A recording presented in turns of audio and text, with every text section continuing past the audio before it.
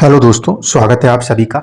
आज एक चर्चा दशा के ऊपर करेंगे, क्योंकि कई बार क्या होता है कि चीज़ें जो आप लोग देख रहे हैं उस पर्टिकुलर दशा के साथ कोई दूसरी दशा जब कुंडली में काम कर रही हो तो वहाँ पे कुछ मिसमैच होना शुरू हो जाता है। सबसे पहले तो विंशोत्तरी दशा का जो सिस्टम है, अगर उस पर ध्यान दिया जाए तो विंशोत्तरी दशा कितने तरीके से चल सकती है। विंशोत्तरी जो होती है, इसके अंदर सबसे पहला जो कॉमनली हम लोग देखते हैं वो होता है मून से। ये ध्यान रखिएगा कि विंशोत्तरी दशा सिस्टम नक्षत्रों पे आधारित दशा है। कितने तरीके की दशाएं होती हैं? तो एक होती है नक्षत्र आधारित, एक होती है राशि आधारित। ठीक है, तो नक्षत्र आधारित दशाओं में कॉमनली जो देखा जाता है वो मून के नक्षत्र, चंद्रमा के नक्षत्र से ही दशा प्रारंभ होते हुए दिखाई देती है। दूसरा जो है वो हो जाता है आपका लगन से। लगन, यहां से दशा प्रारंभ हो जाए लगन बेस्ड दशा में क्या होगा, जो लगन के अंदर नक्षत्र मिलेगा, एसेंडेंट का जो नक्षत्र होगा उसके स्वामी से दशा प्रारंभ हो जाए, ये दूसरा केस होता है। तीसरा कंसिडरेशन जो है वो होता है जब मून से ही हो, लेकिन कंडीशन ये होने लगे कि जो नक्षत्र है वो चंद्रमा के नक्षत्र से नहीं आता, बल्कि वो वहां से पांच नक्षत्र फ्रॉम मून से होने लगता है। ये तीसरा केस होता है। ठीक है, इसी की तरीके से अगर ये होगा तो उत्पन्न तारा के नाम से दशा दिखाई देती है। उत्पन्न तारा, अगर इसकी जगह चौथा नक्षत्र आ जाए तो फिर वो हो जाती है आपकी क्षेम तारा। ठीक है, ये भी आपका चंद्रमा से ही होता है। इसी तरीके से आपका एक होता है आठवां तारा। आठवां तारा का मतलब चंद्रमा जिस नक्षत्र में बैठा है वहां से आठवें नक्षत्र के स्वामी से दशा प्रारंभ होगी। तो ऐसे स्थिति में जो विंशोत्तरी दशा सिस्टम है वो इनमें से किसी को भी फॉलो कर सकती है, ये बात ध्यान रखिएगा। मोस्ट ऑफ द सॉफ्टवेयर्स चंद्रमा के ऊपर आधारित ही अपनी कैलकुलेशंस बना के आपको देते हैं, लेकिन ये कैसे फिक्स करेंगे कि उस समय पर आपके ऊपर दशा क्या चल रही है। बहुत सारे लोग जो हैं सिर्फ कमेंट्स के अंदर ही डिटेल्स दे देते हैं, फिर वहां पे ये चुनौती खड़ी हो जाती है कि उनकी एग्जैक्टली किससे दशा मैच करके चल रही हो। कई बार ऐसा होगा कि चंद्रमा कॉमनली कहीं पर भी बैठा है और आप उसकी दशा को बहुत आसानी से, सहजता से महसूस कर रहे होंगे। खासकर ये चीज तब हो सकती है जब चंद्रमा जिस नक्षत्र में बैठा हो उसके स्वामी के ऊपर शुक्र, बुध या गुरु जैसे शुभ ग्रहों का प्रभाव हो तब। ठीक, लेकिन अगर मान लीजिए चंद्रमा आपकी कुंडली में 12 भाव में कहीं पर भी बैठा हुआ है, लेकिन लगन में आने वाले नक्षत्र जो हैं उसके स्वामी के ऊपर शुभ प्रभाव है, तो कई बार दशा जो है वो लगन के नक्षत्र स्वामी से प्रारंभ हो जाएगी। इसके अलावा चंद्रमा की प्लेसमेंट जो है, अगर वो केंद्र में है या केंद्र से बाहर गए, उसके बाद उनसे पांचवा, चौथा या आठवें नक्षत्र का स्वामी, पांचवा, चौथा या आठवें नक्षत्र का स्वामी बलवान हो गया कुंडली के अंदर, या शुभ ग्रहों से संबंध बना लिया उसने, तो वहां पर कभी कभी आपको देखने को मिलेगा कि दशा उस नक्षत्र स्वामी के साथ चल पड़ेगी। ये चीज इसलिए बताना जरूरी है क्योंकि कई बार जब हम चीजों को देखते हैं तो हमें सामने कोई दूसरे ग्रह की दशा नजर आ रही होती है, लेकिन जो हम उस समय महसूस कर रहे होते हैं वो बिल्कुल ही अलग हो जाता है। कई बार किसी व्यक्ति की सही दशा पकड़ने के लिए 3-4 दिन तक उनके ऊपर काम करना पड़ता है, उन्हें ऑब्जर्व करना पड़ता है कि आखिरकार व्यक्ति जो है वो किस बिहेवियर को दर्शा रहा है।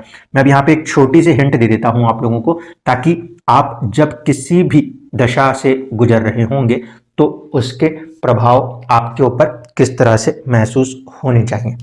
ध्यान इस बात का रखिएगा कि आप जो महसूस करोगे वो होगा आपकी दशा सिस्टम के अंदर महादशा जो होगी उसके प्रभाव को आप साइड कर देना। अंतरदशा जो है ये आपको सबसे ज़्यादा फील होती है, अंतरदशा। ठीक है, इसीलिए जब कभी भी आपको ये चेक करना पड़े कि आपके ऊपर कौन सी दशा हावी हो रही है तो गो विथ अंतरदशा। ठीक, अब समझते चलिए, यदि किसी के ऊपर सूर्य की दशा चल रही होगी तो उसके अंदर थोड़ा सा एक फैक्टर क्रिएट होगा अथॉरिटी का, लोगों के ऊपर आगे बढ़ के थोड़ा रूल करने का, थोड़ी सी जिद आएगी, थोड़ा सा प्रभुत्व आएगा। क्यों? क्योंकि ये सूर्य के कारक तत्व हैं। तो जब कभी भी सूर्य की अंतरदशा महसूस होगी, महादशा के अंदर अंतरदशाएं आती जाएंगी, अब बहुत सालों तक आप एक जैसी चीज महसूस करो ये जरूरी नहीं लेकिन अंतरदशा छोटी होती है, वो उस समय आपके मन मस्तिष्क दोनों को कहीं ना कहीं प्रभावित जरूर करती है।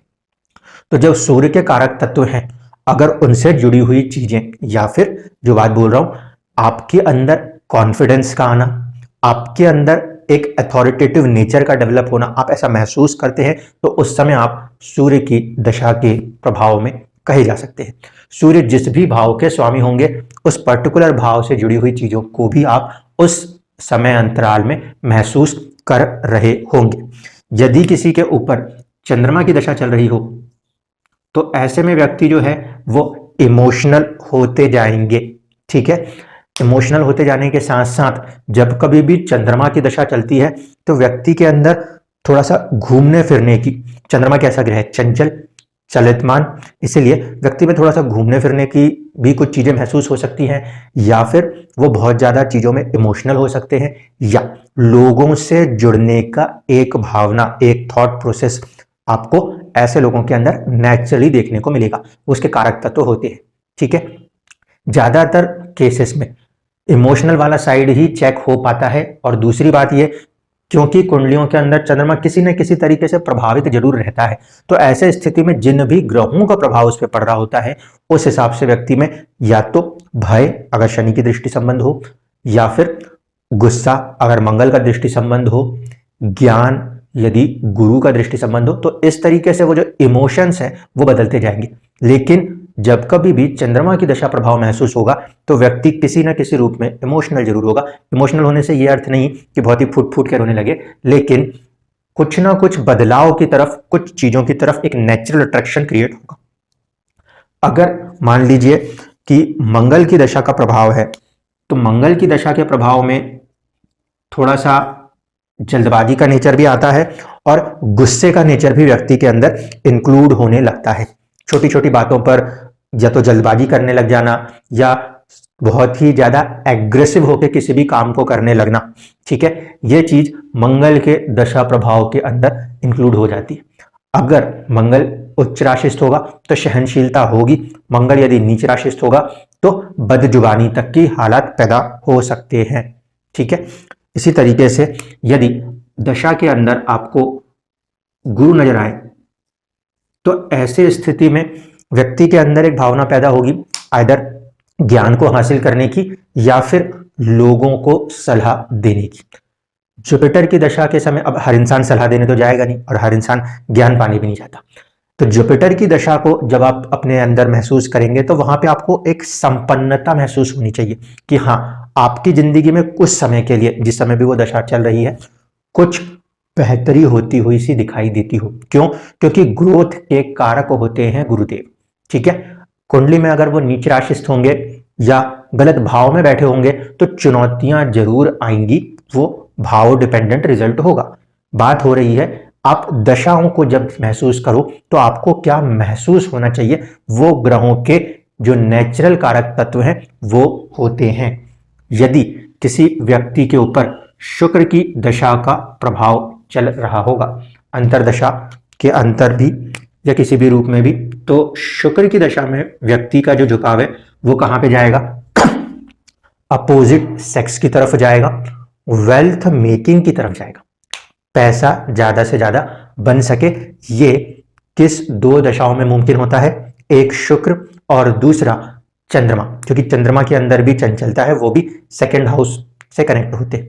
ऐसे स्थिति में यदि शुक्र की दशा का प्रभाव होगा तो लोगों के साथ साझेदारी, seventh house, partnerships, opposite sex की तरफ अट्रैक्शंस या उनकी तरफ थॉट्स का आना, वेल्थ का क्रिएट होने के ऊपर ज्यादा फोकस होना, ये चीजें उस दशा प्रभाव में देखने को मिल रही होंगी। मीठा खाने की चीजों में कुछ वृद्धियां हो सकती हैं शुक्र के दशा प्रभाव के कारण भी। यदि किसी व्यक्ति के ऊपर शनि की दशा चल रही होगी तो उसके जीवन में थोड़ा सा आलस बढ़ जाएगा। ये पॉइंट आप बहुत आसानी से पकड़ पाओगे। कोई भी काम, जो चीजें चल रही थी उसमें आलस की वृद्धि हो जाना, नींद ज्यादा हो जाना, चीजों में देरियां होने लगना, ठीक है, ये सारी चीजें शनि की दशा अंतर्दशा के प्रभाव के रूप में देखी जाएंगी। क्यों बता रहा हूं ये बात? क्योंकि जब आप अपनी दशा सिस्टम को लगाकर चेक करें तो आपको ये चीजें यदि महसूस होती हुई लगे तब आप कह सकेंगे कि हाँ, हम इस पर्टिकुलर दशा के अंदर उस समय चल रहे हैं। अन्यथा क्या होगा, कोई दूसरी दशा सिस्टम काम कर रही होगी तो जो आप सामने चीज देख रहे होंगे उस तरीके से आपका माइंड बिहेव या रिएक्ट नहीं करता, ठीक है। इसके बाद बुध की दशा जब चल रही हो किसी व्यक्ति के ऊपर, यहां पे व्यक्ति बहुत ज्यादा सोचने वाला होता है। पहली कंडीशन, कैलकुलेटिव बहुत ज्यादा हो जाते हैं। कम्युनिकेशंस, बातचीत के कारक होने के कारण एक कहना चाहिए कि कम्युनिकेशन की टेंडेंसीज, राइटिंग वर्क्स के अंदर इंटरेस्ट का डेवलप होने लगना, मार्केटिंग स्किल्स, सेल्स स्किल्स जैसी चीजों का नेचुरल डेवलपमेंट आना, या फिर व्यक्ति किसी चीज के ज्ञान को खोजने का प्रयास करता हो तो उस समय बुध की दशा का प्रभाव आप कह सकते हो कि व्यक्ति के ऊपर काम कर रहा होगा। जितनी भी लर्निंग्स हैं वो कहीं ना कहीं मर्क्यूरी की दशा के अंदर देखी जाती है। ज्यादातर ट्रेनिंग्स हो रही होती हैं, उस समय भी बुध की दशाएं काम कर रही होती हैं। इसके बाद यदि किसी के ऊपर राहु की दशा का प्रभाव होगा तो फिर यहां पे आपको दो चीजें देखनी पड़ती हैं। राहु की दशा में व्यक्ति के सोचने के ढंग में ना बहुत ही ज्यादा खुलापन आ जाता है, बहुत ही ज्यादा वाइड विजन्स के साथ व्यक्ति काम करने लगते हैं थॉट प्रोसेस में। कह सकते हो आप कि डे ड्रीमिंग भी हो, डे ड्रीमिंग। क्यों? क्योंकि राहु का काम है beyond the imagination, beyond the boundaries जाके काम करना। ऐसे स्थिति में राहु जिस ग्रह के या तो साथ बैठता है या जिसकी राशि में बैठता है उसके प्रभाव को मिलाकर सीमाओं से बाहर जाने की कोशिश करता है। लेकिन इमेजिनेशंस बहुत ज्यादा होने लगेंगे। कोई चीजें हैं या नहीं है लेकिन दिमाग उसको अपने लेवल पे बहुत ही हाई दूरी तक सोच सकता है। कुछ हद तक झूठ बोलने की प्रवृत्तियां, चीट करने की प्रवृत्तियां, ऐसी स्थितियां, अपने स्वार्थ के लिए कुछ कर गुजरने की चाहत, तमन्ना है, वो भी राहु के दशा फल के अंदर देखी जा सकती है, ठीक। इसके बाद बचते हैं केतु। यदि किसी के ऊपर केतु का प्रभाव हो रहा होता है तो या तो व्याकुलता बढ़ रही होती है या फिर चीजों से मन हट रहा होता है। इस बात को ध्यान रखिएगा। दशा प्रभाव के रूप में केतु केंद्रित करने वाली ऊर्जा है, वो हर जगह से आपको परेशान करके, परेशान इसलिए शब्द यूज कर रहा हूं क्यों, क्योंकि मटीरियलिस्टिक वर्ल्ड के लिए केतु अपोजिट हो जाते हैं। तो अगर हम लोग मटीरियलिस्टिक वर्ल्ड की तरफ चल रहे हैं वहां हमें अड़चने आएंगी, और वो अड़चने किस तरफ कोशिश करेंगी, केतु मोक्ष कहां दिखाता है, 12वें घर में, यानी कि पूजा पाठ की तरफ खींच के ले जाना, इस लेवल पे परेशान करना कि क्यों हो रहा है, क्या हो रहा है, ये सोच के इंसान भगवान की तरफ एक झुकाव बनाए। ये केतु के दशा अंतरदशा प्रभावों में से एक प्रभाव माना जा सकता है। बाकी सारी चीजें जो होंगी वो आप उस पर्टिकुलर हाउस जिनमें वो ग्रह बैठे होंगे या लॉर्डशिप होगी, उस लॉर्डशिप यानी भाव के स्वामित्व और उनकी प्लेसमेंट से देखेंगे। लेकिन ग्रहों के जो कारक तत्व होते हैं वो चीजें आपको दशा में महसूस होनी चाहिए। उसके बाद ही आप इस बात को इंश्योर कर पाएंगे कि हाँ एग्जैक्टली क्या दशा चल रही है। जैसे आज एक जातक से बात हुई, उन्हें वहां पे लग रहा है शनि की दशा आएगी, लेकिन जब चंद्रमा की स्पेशल प्लेसमेंट्स के कारण और दूसरी चीजों के कारण देख रहे हैं तो दशा कुछ और ही इंगित कर रही है। अब इतनी सारी दशाएं हैं, दशा कैसे काम करती है और किस तरीके से उनको समझा जाता है, ये एक अलग मुद्दा बनने वाला है। अभी मेजर टारगेट जो है उसी बात पे रहिएगा कि आप जब कभी भी कोई कुंडली निकालते हो आपको चंद्रमा से मिलकर एक दशा दिखाई दे रही होती है। उस दशा के अंदर आप कम से कम ग्रह के कारक तत्वों को समझ के ये महसूस करिए कि क्या उस पर्टिकुलर दशा के अंदर वो चीज आप महसूस कर भी रहे हैं, अन्यथा नहीं। यदि नहीं कर रहे तो इसका मतलब है कि उस समय वो वाला दशा सिस्टम आपके ऊपर उतना प्रभाव नहीं कर रहा। अब दशाएं दो तरीके से काम करती हैं, एक होती है परिस्थिति और एक होती है आपका सोचने का ढंग। तो हमारे लिए उस समय आप क्या महसूस कर रहे हो, आप क्या सोच रहे हो, वो सोचने का ढंग इंपॉर्टेंट है। परिस्थितियां आपको नॉर्मल चंद्रमा की दशा से समझ में आ जाती है कि क्या परिस्थिति होगी, लेकिन मस्तिष्क उसे कैसे रीड कर रहा होगा, इसको समझने का जो कंसेप्ट है वो दशा है।